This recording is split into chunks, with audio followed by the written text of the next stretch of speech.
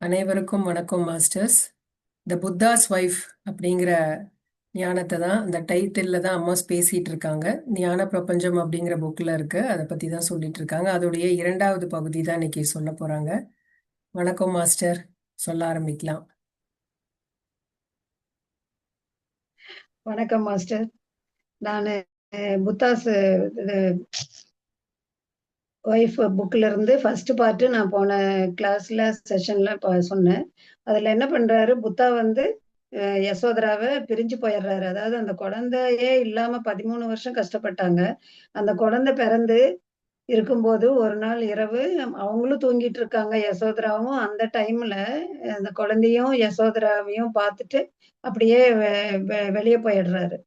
போன உடனே யசோதராவுக்கு வந்து ரொம்ப கஷ்டமா போயிடுது. அதாவது அழுது அழுது அவளுக்கு வந்து ரொம்ப இந்த மாதிரி ஒரு இதுல சூழ்நிலையில விட்டுட்டு போயிட்டாரு நமக்கு நம்மள அப்படின்னு சொல்லிட்டு அவங்க ரொம்பவுமே ஃபீல் பண்ணி நைட் ஃபுல்லா அழுதுகிட்டே இந்த ரூம் விட்டே வெளியே வரல. அவங்களுக்கு ரொம்ப வெக்கமா இருக்கு, தன்னை விட்டுட்டு இப்படி போயிட்டாங்களே அப்படின்னுட்டு ரொம்ப அழுதுட்டு இருக்காங்க.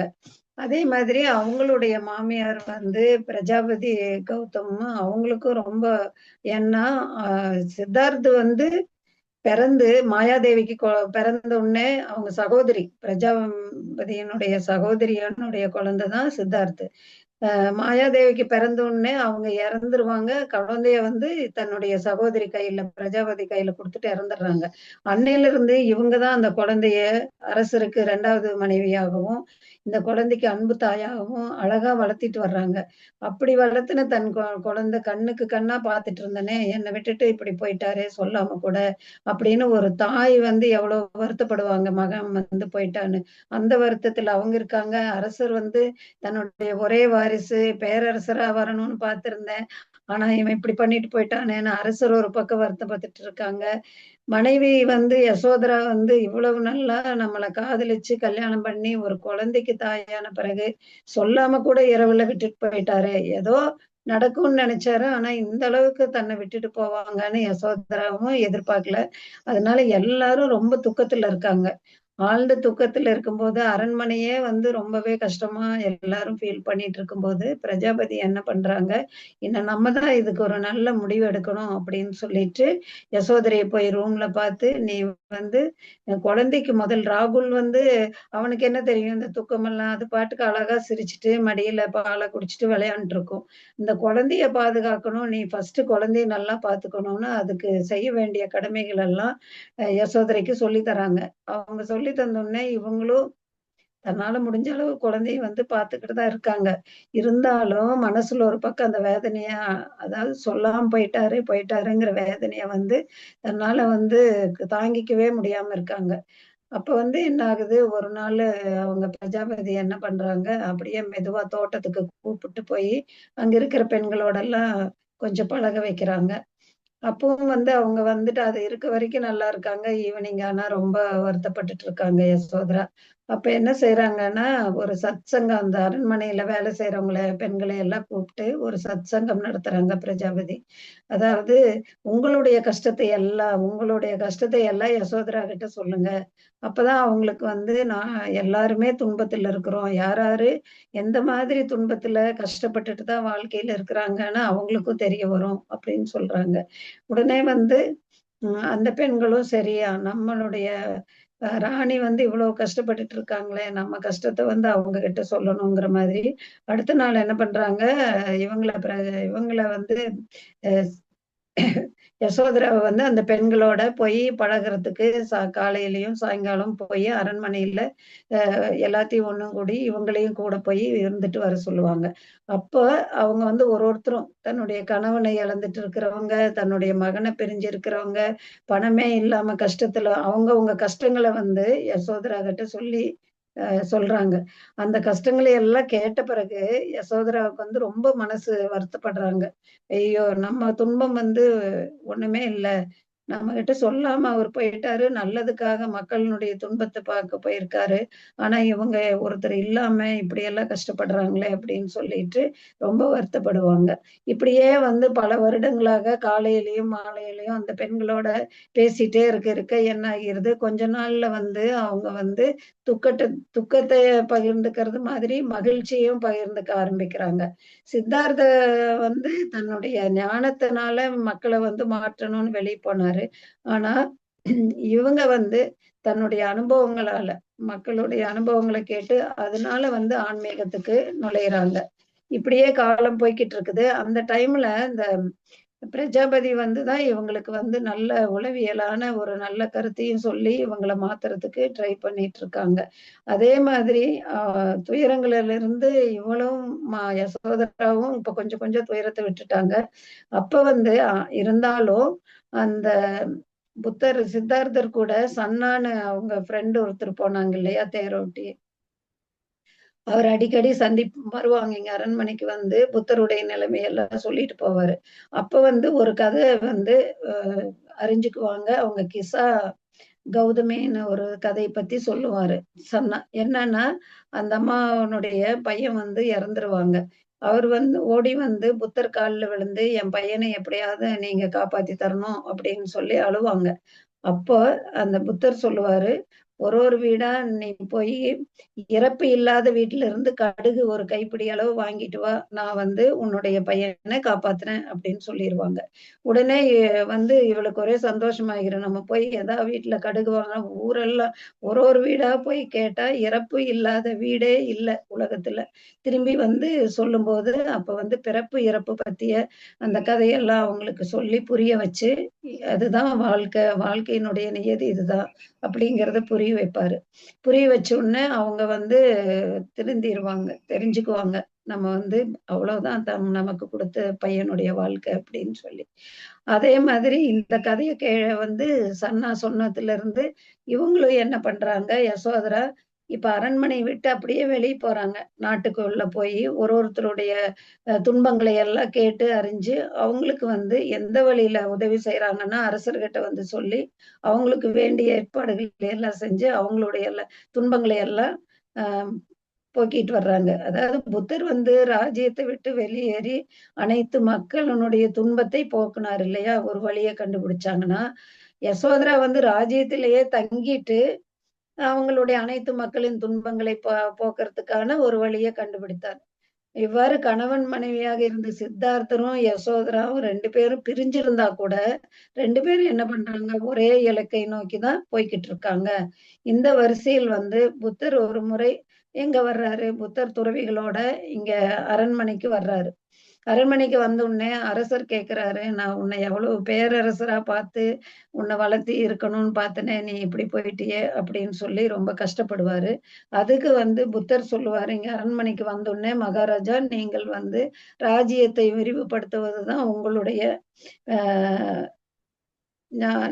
உங்களுடைய நோக்கமா இருக்கும். ஆனா நான் வந்து அனைத்து மக்களுக்கு ஞான விரிவாக்கத்தை போக்கக்கூடிய நான் இருக்கிறேன். அதனால நீங்க உங்க இலக்குல வந்து சிறந்தவரா இருங்க, நான் வந்து என் இலக்குல நோக்கி சிறந்தவரா.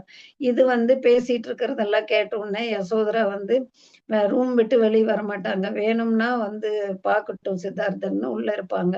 அப்போ புத்தர் வந்து யசோதரா ரூமுக்கு போய் யசோதரைய பார்க்கும்போது யசோதரா கேட்பாங்க, நீங்க வந்து இதே ஞானத்தை இங்கிருந்தே அரண்மனையில இருந்தே கொடுத்துருக்க கூடாதா, ஏன் அரண்மனையை விட்டு வெளியே போகணும், எங்களை எல்லாம் விட்டு பிரிஞ்சு போய் தான் கொடுக்கணும்னு நினைச்சீங்களான்னு. அதுக்கு அவர் எதுவுமே பதில் சொல்ல மாட்டாரு, அமைதியா இருப்பாரு. அப்ப ராகுல் வந்து கூப்பிட்டு, ராகுல் உங்க அப்பா வந்திருக்காரு, உனக்கு வந்து என்ன கொடுக்க போறாரு வாரிசுக்கு, அவருடைய வாரிசுக்கு உனக்கு என்ன கொடுப்பாருன்னு கேளு அப்படின்னு ஒண்ணு. ராகுல் வந்து அம்மாவுடைய சொல்ல கேட்டு அவருடைய காலடியை வணங்கிட்டு அப்பா கிட்ட கேட்பாங்க. அப்ப வந்து எனக்கு என்ன, நான் ஒரு துறவியா இருக்கிறேன், என்கிட்ட இருக்கிறது வந்து வாரிசாக இதை நான் உனக்கு கொடுக்குறேன்னு கையில இருந்த பிச்சை பாத்திரத்தை கொடுத்துருவாரு. அப்புறம் வந்து வேறு வார்த்தை ஒண்ணுமே பேசாம யசோதாவும் மறுநாள் வந்து புத்தரை அந்த புறத்துல இவங்க ரெண்டு பேரும் ஒரு கோவிலுக்கு போய் ரொம்ப வேண்டிட்டு இருப்பாங்கல்ல குழந்தை இல்லாம. அந்த கோவிலுக்கு வாங்க ஒரு டைம் சொல்லுவா, நாலு மாலையில நீங்க அந்த கோவிலுக்கு வர முடியும்னா வாங்கன்னு சொல்லிட்டு, அதே மாதிரி புத்தரும் வருவாரு, யசோதரையும் அந்த கோவிலுக்கு போவாங்க. ரெண்டு பேரும் வந்து அமைதியா, புத்தர் வந்தோடனே ஒண்ணுமே பேச மாட்டாரு, உட்கார்ந்திருப்பாரு. யசோதரையும் பேசாம உட்கார்ந்திருப்பாங்க. ரெண்டு பேரும் தியானத்துல ரொம்ப நேரம் இருக்காங்க. ரெண்டு பேரும் தியானம் முடிஞ்ச உடனே அவர் பாட்டுக்கு அவர் எந்திரிச்சு அரண்மனை விட்டு வெளியே போயிருவாங்க. இவங்க வந்து எந்திரிச்சு அரண்மனைக்குள்ள வந்துருவாங்க. அதனால யசோதராவும் அமைதியா வந்து உள்ள வந்துருவாங்க. இப்படியே சில நாட்கள் போச்சு. அப்ப வந்து இந்த சித்தார்த்தனுடைய தாயார் பிரஜாபதி வந்து அவங்களும் போய் புத்தர் இதுலயே சேர்ந்துக்கிறாங்க. அதே மாதிரி வந்து ராகுலும் வந்து போய் அங்கேயே அந்த குரூப்லயே சேர்ந்துக்கிறாங்க. இவங்க மட்டும் என்ன பண்றாங்க, சித்தார்த்தனுடைய ஒய்ஃப் வந்து இவங்க வந்து அரசருக்கு சேவை செஞ்சு, அரசர் இருக்க வரைக்கும் அரண்மனையில இருக்காங்க.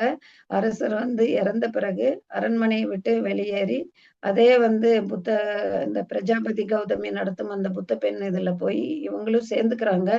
ஆனா, அவங்க துறவிகளின் சமூகத்துல சேர்ந்தா கூட அவங்க துறவியாவே போகல. அவங்க வந்து எப்படி இருந்தாங்களோ அப்படியே இருந்துட்டு, அந்த குழுவில் இருக்கிற அனைத்து பெண்களுக்கும் தான் கற்றுக்கொண்ட அந்த ஆன்ம ஞானத்த சொல்லிக் குடுத்துட்டு இருக்காங்க. இப்படித்தான் புத்தர் வந்து இந்த பூமியில எவ்வளவு வேலை செய்தாரோ, அதே மாதிரி யசோதராவும் இந்த பூமியில ஆன்மீகத்துல நிறைய வேலை செஞ்சிருக்காங்க. இல்லையா? அவ வந்து சித்தார்த்தர் வந்து மனைவிய பிரிஞ்சு போயி ஞானத்தை பகிர்ந்துக்கிறாரு. ஆனா, அவர் விட்டு சென்ற பொறுப்பையும் யசோதரா எடுத்துட்டு அரசருக்கு துணையா இருந்து மக்களுடைய துன்பங்களையும் போக்கி, அந்த மாதிரி அதாவது சம்சாரத்தை விட்டுட்டு வெளியேறி நிர்வாணத்தை வந்து அவர் கண்டுபிடிச்சாரு. ஆனா, சம்சாரத்திலேயே இருந்து நிர்வாணத்தை வந்து யசோதரா வந்து அடைந்தாள்.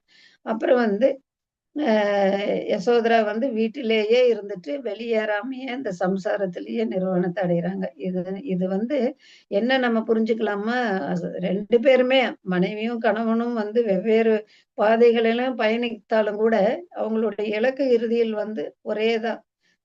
சந்தித்து அவங்க துக்கத்திலிருந்து விடுபடுறாங்க. மற்றும் வந்து தெய்வீக ஞான பிரகாசத்தை அவங்க அடைஞ்சிடணும். புத்தரின் பாதை வந்து பிரிந்து சென்று சாதிக்கும் வழி என்றால், யசோதரையின் பாதை வந்து நன்றாக இங்கேயே இருந்து சாதிக்கும் ஒரு அற்புதமான பாதையா இருக்கிறது.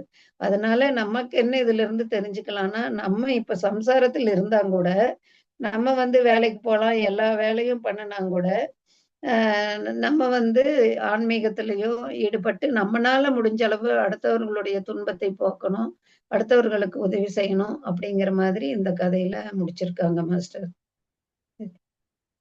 இதோட கதை அதான் இந்த கதையை வந்து ரொம்ப சுருக்கமா அந்த ஞான பிரபஞ்சம் புக்குல சும்மா போட்டிருக்காங்க. ஆக்சுவலா சுருக்கமா இது சொல்லு. வந்து ரொம்ப ஒரு பெரிய கதை தான். புத்தர் வந்து சொன்ன மாதிரி வீட்டு குழந்தைகள் எல்லாம் விட்டு நம்ம போய் அந்த மரத்தடியில உட்கார்ந்து ஞானம் அடைகிறதுங்கிறது வந்து ஈஸியான விஷயம். அது ஞானம் அடைய முடியும்னு வச்சுக்கலாம். ஆனா நம்ம குடும்பத்துல அந்த சம்சார வாழ்க்கையில இருந்துட்டு அந்த ஞானம் அடையிறது அப்படிங்கிறது வந்து ரொம்ப கஷ்டமான ஒரு இதுதான். அதை வந்து புத்தாஸ் வைஃப் அவங்க பண்ணியிருக்கிறாங்க, யசோதரா. கரெக்ட். அதாவது அவங்க அங்க என்ன பண்ணியிருக்காங்கன்னா தன்னுடைய கடமையும் செஞ்சிருக்கிறாங்க, அதே சமயம் ஞானமும் அடைஞ்சிருக்காங்க, அந்த உள்முக பயணம் அடைஞ்சிருக்காங்க. அந்த உள்முக பயணம் பண்ணி அவங்க ஞானம் அடைஞ்சிருக்காங்க. ஸோ அதுதான் நம்ம பத்ரிஜி கூட அதான் நமக்கு சொல்றது என்னன்னா, பொதுவா ஃபேமிலியில நம்ம மெடிடேஷன் வந்துட்டா எல்லாரும் ஏன் டிஸ்கரேஜ் பண்றாங்கன்னா, நம்ம குடும்பத்தை விட்டு போயிடுவோம், கடமையெல்லாம் ஒன்றும் செய்ய மாட்டோம், ஒரு சோம்பேறி, அதேதான். அதாவது கடமையில இருந்து தப்பிக்கிறதுக்காக செய்யறது தான் இந்த மாதிரி இந்த மெடிடேஷன். இதெல்லாம் வந்து இந்த பயந்தாங்கோலிங்க தான் செய்வாங்க அப்படிங்கிற மாதிரி ஒரு தவறான கருத்து இதெல்லாம் இருந்துட்டு இருந்துச்சு. ஆனா இங்க வந்து இந்த கதை மூலியமா நமக்கு என்ன தெரிஞ்சுக்கலாம்னா, நம்மளுடைய கடமையை நம்ம செய்யணும், அதே சமயம் அதுல பற்று இல்லாம நம்ம செய்யறது தான் இங்க அவங்க சொல்றது. ஸோ அதனால வந்து இந்த புத்தாஸ் ஒய்ஃப் அப்படிங்கிற புக்கு வந்து படிக்க யாருக்கு முடியுமோ அதை படிங்க. ரொம்ப அருமையான ஒரு புத்தகம். ரொம்ப நன்றிம்மா, அந்த புக்ல இருக்க ஞானத்தை ரொம்ப ஒரு சுருக்கமா தேங்க்யூ. சொன்னதுக்கு ரொம்ப நன்றி மாஸ்டர்ஸ். தேங்க்யூ. இதோட நான் என் பண்ணிக்கிறேன்.